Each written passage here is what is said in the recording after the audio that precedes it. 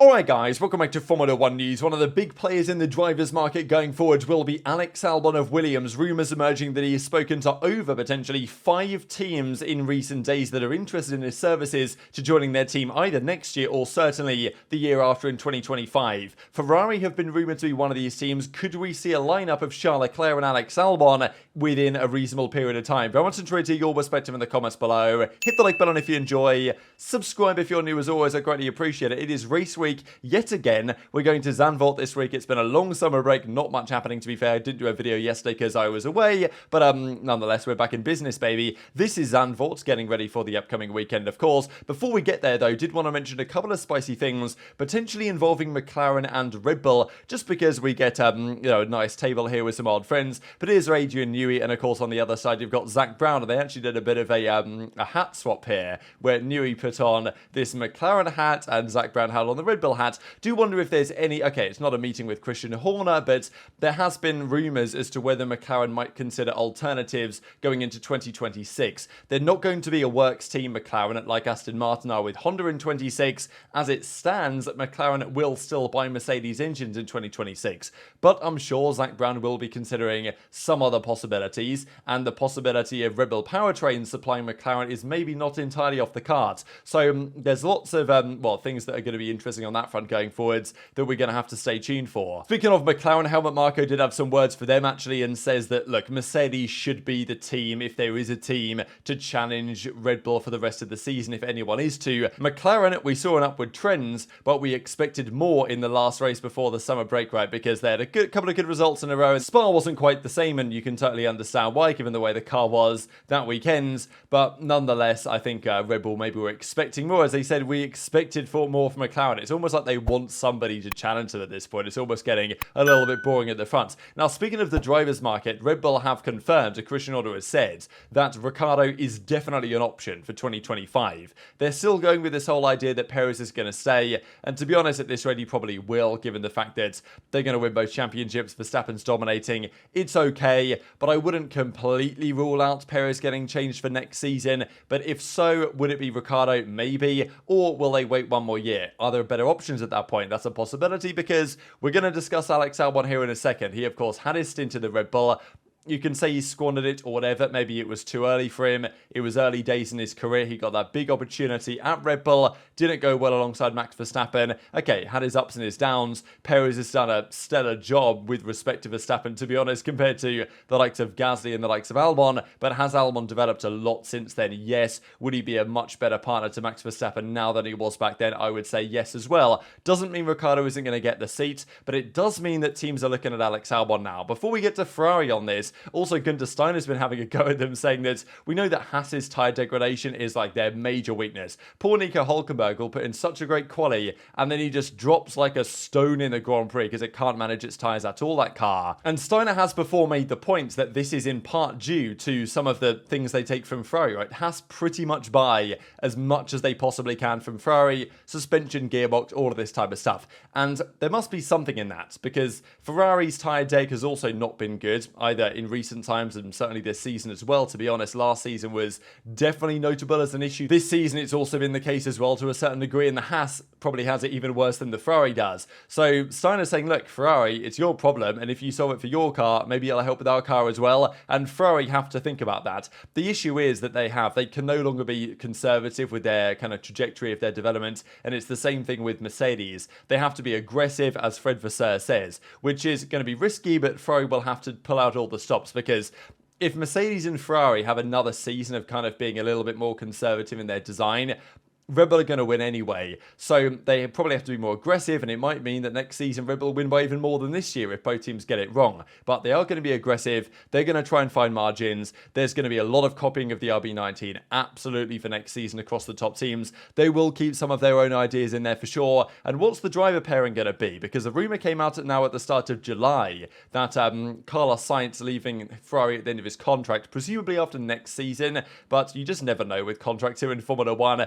There's is a chance that Alex Albon goes to Ferrari. He has apparently been one of their key targets, and then this is the update we got a couple of days ago now, a big one really, on the fact that Alex Albon has reportedly held formal or informal conversations with at least 5 teams, some of which are believed to be top teams. Now, conversations don't mean that much, but it just shows something of this level, how much interest there is in Albon right now. This might not be Red Bull, and you can understand why Red Bull wouldn't be interested, given they've got other options. They've got Ricciardo, they've got maybe Tsunoda, but still, do they look at Ricciardo and Tsunoda and think that they're a better replacement to Perez than Albon might be? I'm not so sure.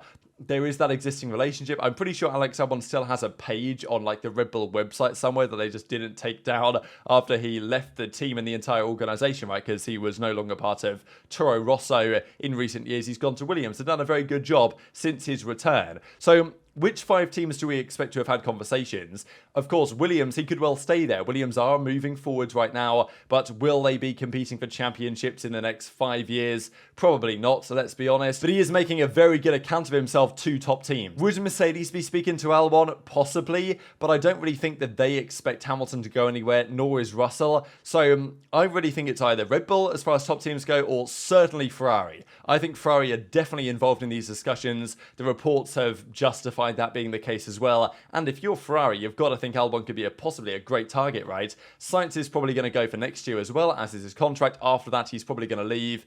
We think that's going to happen based on rumours and everything that's going on. Maybe Audi, potentially Sainz could go to.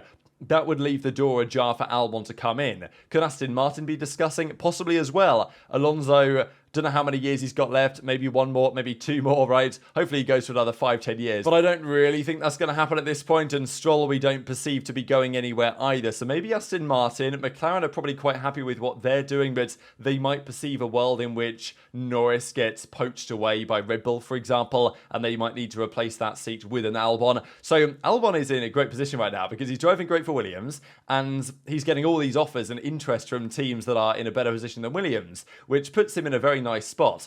Should he stay with Williams and, hold the fort and grind it out? I don't think so, personally, if he really has top ambitions. And there was even reports on the same day that senior Red Bull engineers who have worked with Albon in the past are very much interested in getting his services back. So Red Bull, Ferrari, both teams quite possibly interested in Albon, and I wouldn't blame them for doing so. What do you guys think, though, about whether Albon is getting somewhat kind of, well, I wouldn't want to say overrated precisely, but over the course of the season so far, the power rankings leaderboard in Formula 1 has Alex Albon as the 4th best driver of the year. As far as I'm concerned, the top 3 are clear. Obviously, 1 is Verstappen. I think you can go either way on Alonso or Hamilton for 2nd and 3rd, but it's those 3 in the top 3, I think, pretty much hands down. I know people disagree, but, people always disagree. I think that's pretty much decided as far as I'm concerned. But next behind that, I mean, this is the top 10 in terms of the power rankings. Gasly, Ocon, Piastri's now up there, Norris, Russell, Leclerc. And, you can argue that Russell hasn't been particularly impressive. Yuki Tsunoda, I think, has been hard done by not to appear on here, personally, but Albon is 4th with an average 7.6. Now, he's had some great races, for sure, and he's dominating Logan Sargent, something like 22-1 in head-to-head across quali and the race.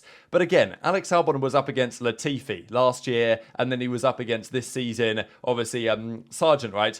Not particularly impressive drivers as far as I'm concerned. So I think that Albon does get something of a benefit of the doubt there, given he has some tax on his name just because he's teaming with drivers that I don't think are especially good. So I'm not sure that I would have Albon as my 4th best driver of the year, is what I'm trying to say. He's definitely on this list somewhere. I don't know if I would have him 4th best personally. I think that he's having some benefits for the Williams being good at some circuits and also having weak teammates, I would argue. But still, does he deserve to be in the conversation with those top teams? Absolutely yes. And of these other drivers, a lot of these aren't going anywhere, right? The one driver on one of the weaker teams as it stands that's in this conversation is probably Albon. So he's definitely deserving of the conversation. I'm just not sure he's, quite as incredibly good as people seem to think he is right now, but maybe that's a bit of a hot take. Intrigued to your perspective in the comment section below. And speaking of the Williams side of the piece as well, James Vowles actually gave some thoughts on 5-year plans. We know that Alpine, they love a good 5-year plan, as do other teams. They're like, oh yeah, 100 races and we're going to be winning. And then Otmar comes and says, well, if we don't bring in more resources, we're going to be 99 races down the line and still no closer to winning. Alpine say, no, don't know what you're talking about, mate. Get out of here. We're down for a 100 race plan or whatever. It is kind of a 5-year plan in some respects. James Vowell says, if you look more than 3 years into the future, it's a massive unknown, especially because you have no idea what the regulations are going to be, the engine regulations, the aero stuff, like it's so different. And you've got to invest heavily to ensure your resources and infrastructure are in the right place. So, saying in 5 years we'll be third is a remarkably meaningless thing. So, maybe calling out Alpine in some respects, but also kind of saying that for themselves at Williams, they know they're making good progress right now, but they've got a lot more to do if they want any chance in the coming decade of competing with the Red Bulls, the Mercedes, the Ferraris, and others as well. McLaren, Aston Martin are up in the mix. Getting Williams to that point in the short term without massive investment in infrastructure and resources is just not going to happen. Vowles knows this. I'm sure Albon knows this as well, and that's probably why he's considering alternatives, as he well should, as far as I'm concerned. Very much intrigued to your thoughts in the comments below. Just to close out with, wanted to mention the current weather forecast for Zandvoort this weekend. We have had a lot of rain-affected races and weekends in the last several weeks before the summer break, and it is set to continue as it stands. There is a decent chance of rain all weekend, and here's the Sunday 60-70% around about race time. So it's very possible that we get a rather hopefully entertaining affair, and hopefully there is some racing, of course, because this is the issue with the FIA nowadays. But very much intrigued to your perspective in the comments below. Hit the like button if you enjoyed. Subscribe if you're new. I'd greatly appreciate it. Take care of yourselves, and I will see you next time.